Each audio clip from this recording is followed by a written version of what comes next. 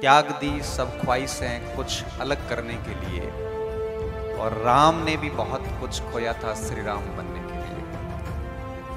ये तरकीबें, ये स्किल इतनी आसानी से हासिल नहीं होती। आपको बहुत त्याग करना पड़ता है चीजों का। और मैं कई बार कहता हूं कि अगर नया जीवन लेना है, अगर नया व्यक्ति बन के बाहर निकलना है, अगर नए रूप में आपको बाहर आना है, नया अवतरण करना है, तो दफन होना पड़ता है। जब तक दफन नहीं होते तब तक नयापन नहीं आ पाता। एक बीज को पौधा बनने के लिए भी दफन होना पड़ता है। अगर आप चाहते हैं कि आपका एक नया वर्जन दुनिया के सामने आए, आपको लोग अलग रिस्पेक्ट दें, आप वहां से उठ के यहां तक आए, आप अपनी अलग पहचान स्थापित करें, मतलब आप इस प्रकार का अगर नया जीवन चाहते हैं, हमारे शास्त्रों में द्विज की अवधारणा आती है। द्विज का मतलब होता है व्यक्ति का जन्म दो बार होता है। एक बार मां की कोख से होता है और दूसरी बार गुरु के सानिध्य में वो जब शिक्षा ग्रहण करता तब उसका दूसरा जन्म होता है, और वो दूसरा जन्म उस मनुष्य को, उस मानव को मनुष्य बनाने का कार्य करता है। और मैं मानता हूं कि जब हम शिक्षित होके अपना एक नया रूप पेश करते हैं तो अपना नया जन्म होता है। और नया जन्म जो है, ये जो द्विज की धारणा है, अगर आपको नया जन्म लेना है तो मरना पड़ता है, दफन होना पड़ता है। कई बार स्टूडेंट कहते हैं सर मेहनत नहीं होती, ये नहीं होता। तब मैं कहता हूँ कि स्वर्ग जाने के लिए मरना खुद को ही पड़ेगा। अगर आप स्वर्ग चाहते हैं जीते जी, तो आपको खुद को मरना पड़ेगा। कोई और आपको अपने टारगेट के नजदीक नहीं ला सकता। अपने अपने युद्ध है, हर युग में अपने को ही लड़ने पड़ेंगे, और समय के शिलालेखों पर खुद को खुद ही गढ़ने पड़ेंगे। कोई आपके इस युद्ध में साथ नहीं देगा। आप अकेले हैं और आपको ही लड़ना है, और बिना लड़े कुछ भी प्राप्त नहीं होता। क्योंकि एक स्टूडेंट के सामने बहुत चुनौतियां होती है, आर्थिक संकट होते हैं उनके सामने, पारिवारिक दबाव होता है, सामाजिक रूप से भी दबाव होता है, उसके सामने एक रिजल्ट देने की एक आपके लोगों की उम्मीदें होती है, उम्र बढ़ रही होती है, और बेरोजगारी को दूर करने का एक बहुत गजब सा प्रेशर होता है, खुद पे अविश्वास की स्थिति आ जाती है, और स्टूडेंट बहुत सारी चुनौतियों का सामना करता है। और इन सारी चुनौतियों से लड़ता लड़ता एक व्यक्ति जब सफल हो जाता है, तो वो सारे संघर्ष पर ठप्पा लग जाता है जो उसने पिछले कई वर्षों से किया होता है।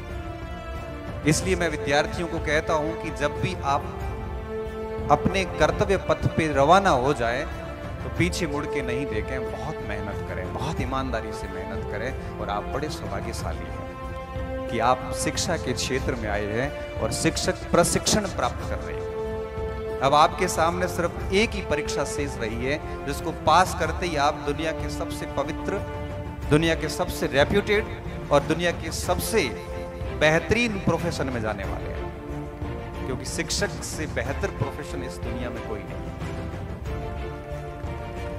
हो सकता है कि आप सिविल सर्वेंट बन जाओ, आपको एक समय तक इज्जत मिलती है, सारी चीजें मिलती हैं, लेकिन रिटायरमेंट के बाद एक सिविल सेवक की और एक शिक्षक की तुलना करोगे तब आपको पता चलेगा कि बेहतर कौन है। मैं आपको बता दूं, भारत सरकार के अंदर, राजस्थान सरकार के अंदर, पूरे देश के अंदर सिर्फ एक ही पोस्ट ऐसी है जो कभी सेवानिवृत्त नहीं होती, और वो है शिक्षक। जिसके आगे कभी भी भूतपूर्व शिक्षक शब्द नहीं मिलेगा, जिसके आगे कभी एक्स सर्विसमैन या एक्स टीचर शब्द नहीं मिलेगा, क्योंकि वो मरते दम तक शिक्षक ही रहेगा। 80 साल की उम्र में भी उस शिक्षक की उतनी रेपुटेशन होती है जितनी वो जब लगा था उस समय थी। उसकी इज्जत समय के साथ में, ज्ञान और अनुभव के साथ में बढ़ती जाती है। इसलिए मैंने कहा था कि आप जो है अपनी स्किल डेवलप कीजिए, जैसा कि जाम्बू जी ने कहा था कि जुक्ति डेवलप कीजिए। आप अपने आप में स्किल डेवलप कीजिए, नहीं तो शिक्षक बन के भी आप केवल वेतन भोगी मजदूर बन के रहोगे, इससे अधिक कुछ नहीं होगा। क्योंकि मैं नौकरी की से भी ज्यादा बल इस बात पे देता हूँ कि आप अपने आप को कितना बढ़िया तरीके से पेश आते हैं। क्योंकि भारत भर में लाखों शिक्षक हैं, कुछ ही शिक्षक जाने जाते हैं। कारण क्या है? कारण ये है कि वो बेहतरीन शिक्षक है, वो अच्छा पढ़ाते हैं, रात दिन मेहनत करते हैं, 50 वर्ष की उम्र में भी पढ़ते हैं, अपने आप को हर दिन इम्प्रूवमेंट करते हैं। आप आज घर जाके सोचना कि आप अपने आप में क्या इम्प्रूवमेंट कर रहे हैं। मुझे अच्छे से याद है कि जब मैं दिल्ली गया था IAS मेंस की तैयारी करने के लिए, और कुछ दिन वहाँ रहा, 10-15 दिन, तो स्टार्टिंग में पढ़ाई हुई नहीं। दिन पूरा समय यूं ही जा रहा था और जाके सो जाते रहे, ऐसा लग रहा था कि ठीक ठीक पढ़ रहे हैं। तभी एक मित्र ने, हम यही डिस्कस कर रहे थे पार्क में, तो एक मित्र बोले कि कैसी चल रही पढ़ाई। मैंने कहा अच्छी चल रही। तो दिन में क्या क्या पढ़ लेते? मैंने कहा ये चीज़ें पढ़ रहे हैं। तो मैंने कहा तो बहुत कम है। आप सोचना, जब रात पूरे दिन की पढ़ाई होने के बाद जब आप रात को बिस्तर पे जाओ, तब आप सोचना कि आज आपने क्या पढ़ा, क्या याद किया। और जब हमने भी उस पूरा दिन पढ़ने के बाद शाम को जब सोचते हैं कि क्या पढ़ा, तो कुछ नहीं हुआ, 2-3 टॉपिक ही पढ़ पाए। ये आत्म मंथन करना बहुत जरूरी होता है। और बीएड करने वाले बच्चे, BSTC करने वाले बच्चों को मैं देखता हूँ, ये बच्चे, आज की पीढ़ी आत्म मंथन नहीं करती। ये चल रही है बस भीड़ के हिसाब से चल रही है। आप सोचना कि आप किस पृष्ठभूमि से आए हैं और वास्तव में आप कर क्या रहे हैं। अगर नहीं कर रहे हैं मेहनत, तो कुछ भी हासिल नहीं होगा, क्योंकि बिना मेहनत के कभी कुछ भी प्राप्त नहीं होता है, कुछ भी प्राप्त नहीं होता है।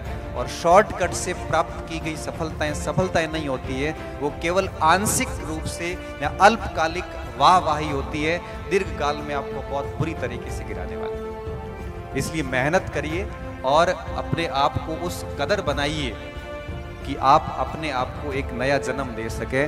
और मैं कहना चाहूँगा आपको कि इस जीवन के अंदर आपके सामने बहुत बड़ा मंच है, बहुत अधिक अवसर है।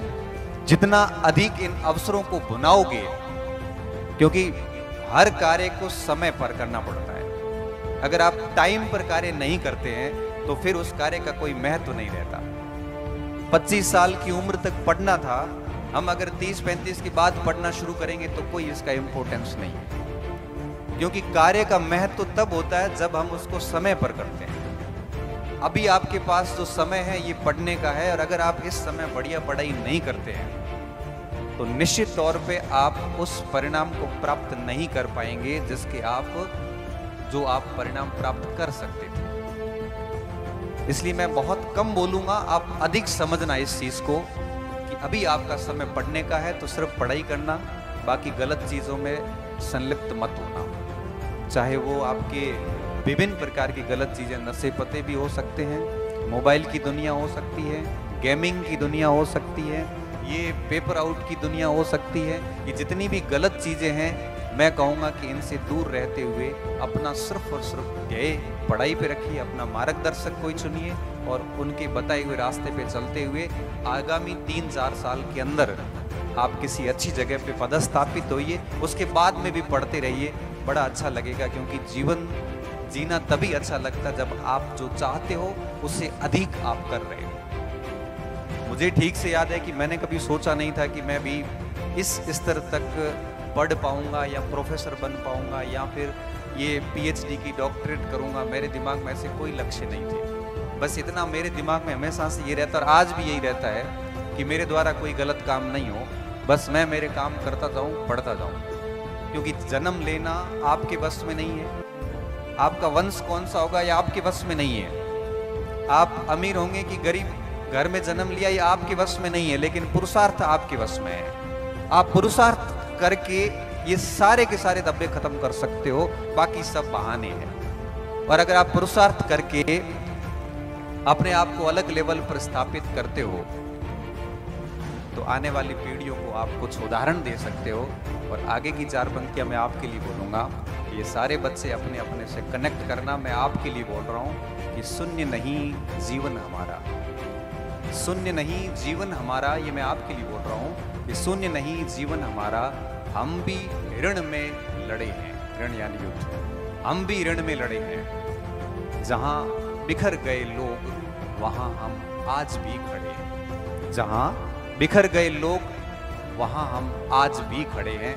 तो आप भी ये बात जो है अपने आप से कनेक्ट करिए, खूब सारी मेहनत करिए।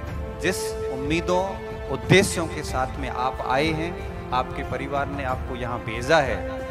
आप उनकी उम्मीदों और आशाओं पर कभी कुठाराघात मत करना, अन्यथा पूरा जीवन पश्चाताप होगा। और पश्चाताप कहते उस बीमारी को है जब व्यक्ति एक बार नहीं मरता, हर दिन मरता है। रिग्रेशन होता क्या है कि आप नहीं पढ़े, आपके अटेम्प्ट पूरे हो गए, उम्र चली गई, फिर दिमाग में आएगा कि मेरे से जो कमतर स्टूडेंट थे, जिनसे मैं इंटेलिजेंट था, वो लोग लग गए, मैं रह गया। ये पश्चाताप आपको हर दिन होगा और आप हर दिन अंदर ही अंदर घुट घुट के मरोगे। और ये जो घुटन होती है हर दिन की, इसे हम पश्चाताप कहते हैं। तो मैं आप सभी को कहूँगा कि ऐसा पश्चाताप आपकी ज़िंदगी में कभी नहीं हो, भगवान करे। इसलिए आप आज से ही अपनी मेहनत शुरू कर देना और जी तोड़ मेहनत करना जितनी आपसे हो सकती है। और ऐसी अगर मेहनत करोगे तो निश्चित तौर पे आप सफल होंगे। आपको कोई भी अपने लक्ष्य से दूर नहीं कर सकता। बाकी सारी बातें आदर्शवादी है, मूल बात यही है कि मेहनत करनी है और सही दिशा में करनी है। बाकी सारी चीज़ों से दूर रहते हुए तभी आपका जीवन सफल है। मैं जगदीश जी को बड़ा साधुवाद दूंगा कि हमारे बाड़मेर के अंदर भी एक छोटे से कस्बे में इतना बड़ा शिक्षा का एक बहुत बड़ा ग्रुप खड़ा किया। और ये क्योंकि हमारा जो मारवाड़ क्षेत्र है, ये शिक्षा में हमेशा से पिछड़ा क्षेत्र माना जाता रहा है। और अभी इन दिनों की अगर बात करूं तो हिंदी में हमारे 25 प्रोफेसर बने बाड़मेर में इस साल, 25 प्रोफेसर। अंग्रेजी का कल रिजल्ट पोस्टिंग हुई, अंग्रेजी में भी 5 प्रोफेसर के नाम मैं देख रहा था कि लिस्ट में है जो बाड़मेर के रहने वाले। अंग्रेजी जैसी विषय में जो हम भागते हैं, वहाँ 5-5 प्रोफेसर बनना बहुत बड़ी बात है। ये सारा सारा इन्हीं संस्थाओं की बदौलत है कि ऐसी संस्थाएं आंशिक रूप से सही या अधिक रूप से सही, न्यूनाधिक मात्रा में भी डेफिनेटली यह शिक्षा के क्षेत्रों को बढ़ाती है। तो आप अच्छे साधक बनिए और साधना करिए, तभी आप है वो इन साधनों की सहायता से साध्य को प्राप्त कर सकेंगे। इसी बात के साथ मैं मेरी वाणी को विराम देता हूँ। जय हिंद, जय भारत। और बहुत बहुत धन्यवाद जगदीश जी का कि मुझे आमंत्रित किया, मंच दिया। मेरे लायक कभी भी कोई सेवा हो, हमारे लायक सेवा यही हो सकती है कि बच्चों को से कोई बात करनी हो तो आप कभी भी याद करिए, हम डेफिनेटली यहाँ पे आएंगे और बच्चों से बात करेंगे। पुनः धन्यवाद सर। धन्यवाद सर। से मेरा निवेदन रहेगा कि डॉक्टर जगदीश जी बिश्नोई हमारे डायरेक्टर सर आपको स्मृति